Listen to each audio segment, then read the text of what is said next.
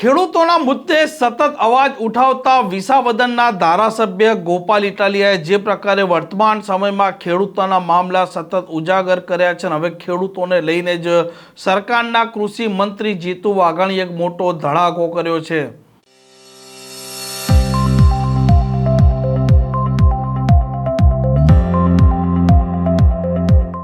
નમસ્કાર, આપ જોઈ રહ્યા છો હોટલાઇન ન્યૂઝ અને હું છું આપણી સાથે તોફિક ગાંચી। આ રાજ્યના જે ખેડૂતો છે તેમને ક્યારેક બિયારણનો પ્રશ્ન સતાવી રહ્યો છે, તો ક્યારેક પાણીનો પ્રશ્ન, તો ક્યારેક તેમના ખેતરોમાં તેમની મંજૂરી વગર જે પ્રકારે આ પવનચક્કીઓ લગાવવામાં આવી રહી છે, આ જીબીના અધિકારીઓ છે તે આ ખેડૂતોને કનડી રહ્યા છે। આ ખેડૂતોને પૂરતા પ્રમાણમાં ભાવ તેમના પાકનો નથી મળી રહ્યો। આવા અનેક પ્રકારના સવાલો ધારાસભ્ય ગોપાલ ઇટાલિયાએ ઉઠાવ્યા છે। વિધાનસભામાં તેમણે મંત્રીના પાસે જવાબ પણ માંગ્યા છે અને હવે આ સત્ર પણ પૂરું થઈ ચૂક્યું છે અને મંત્રી જીતુ વાઘાણીએ આ ખેડૂતોને સાથે રાખી શું વાત કરી છે તે પણ સાંભળો।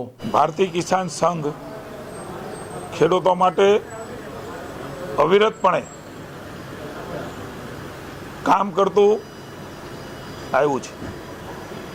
અનેકવિધ કિસાનોની સમસ્યાઓ એ કિસાન સંઘે સરકારનું ધ્યાન દોરીને જરૂર પડે તો એ ખેડૂતોને એકત્રિત કરીને એમના હિતમાં હંમેશા નિર્ણયો રાજ્યમાં લીધા છે।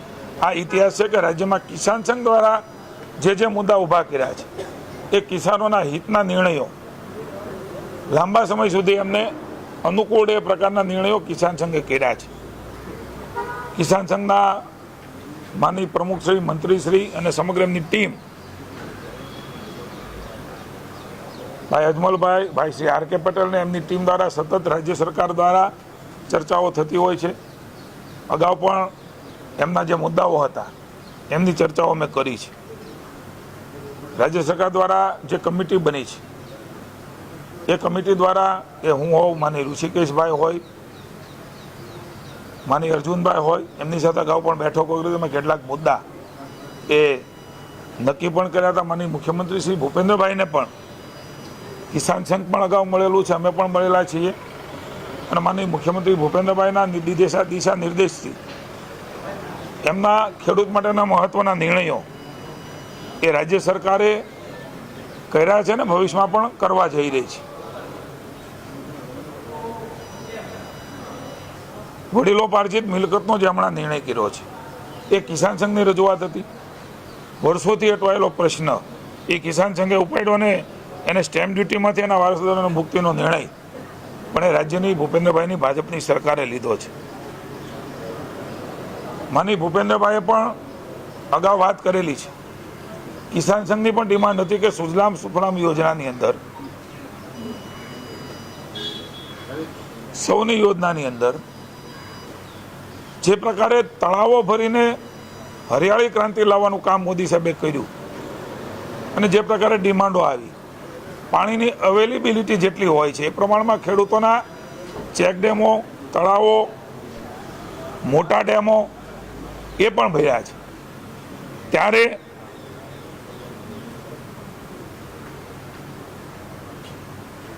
લગભગ 7 કિલોમીટર સુધીનું એ તળાવો, ડેમો ભરાય એમના માટેનો મહત્વનો નિર્ણય માનનીય મુખ્યમંત્રી ભૂપેન્દ્રભાઈએ એ પાણીના તળ ઊંચા આવે, સિંચાઈનું પાણી મળે, પીવાનું પાણી મળે એના માટેનો નિર્ણય એ લીધો છે ને તબક્કાવાર આવનારા સમયમાં મહત્વકાંક્ષી પ્રોજેક્ટ હું માનું છું કે ખેડૂતોની આખી ખેતરની શિકલ બદલી દે એ પ્રકારનો નિર્ણય ભૂપેન્દ્રભાઈની સરકારે લીધો છે। સૌની યોજના અને સુજલામ સુફલામ યોજનામાં મેં વાત કરી એમ એક મહત્વનું કચ્છની અંદર હાઈ કંટ્રોલ કેનાલને પણ આગળ વધારવા માટેનું રાજ્યની સરકારે એ આગામી સમયની અંદર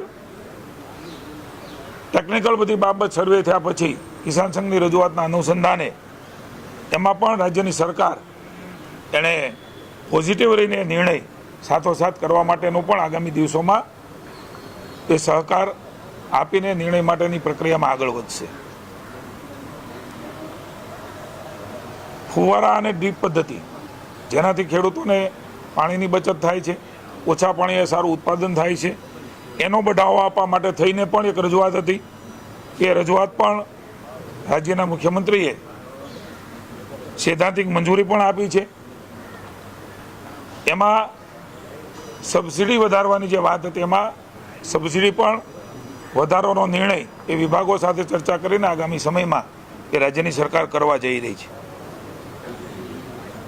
ખેડૂતોને ટ્રેક્ટર અને ટ્રોલી એ બંનેમાં પાસિંગ કરાવવાનું આરટીઓમાં એક સમસ્યાઓ આવતી હતી.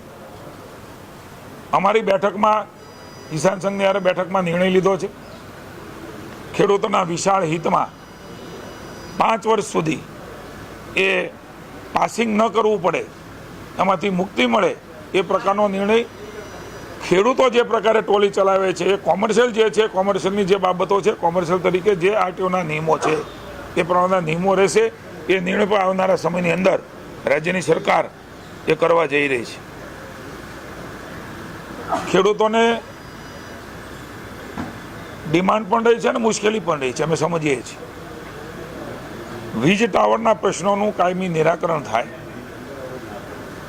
એમના જમીનોનું યોગ્ય વળતર મળી રહે. અલગ જે વળતરોની બાબતો છે એને યુનેનિમસલી બને, એનો પણ ચર્ચાઓમાંની મુખ્યમંત્રી સાથે થઈને આગામી સમયની અંદર એક પેરેલલ પોલિસી બનાવવા માટેની પણ સરકાર આગામી દિવસોની અંદર એ પોલિસીના આધાર ઉપર બધાને એ યોગ્ય વળતર મળે જમીનનું અને એના પ્રશ્નોનું નિરાકરણ થાય, એમના માટે પણ આગામી સમયમાં સરકાર એ ખૂબ ગંભીરતાથી વિચારીને આગળ વધવા માગે છે.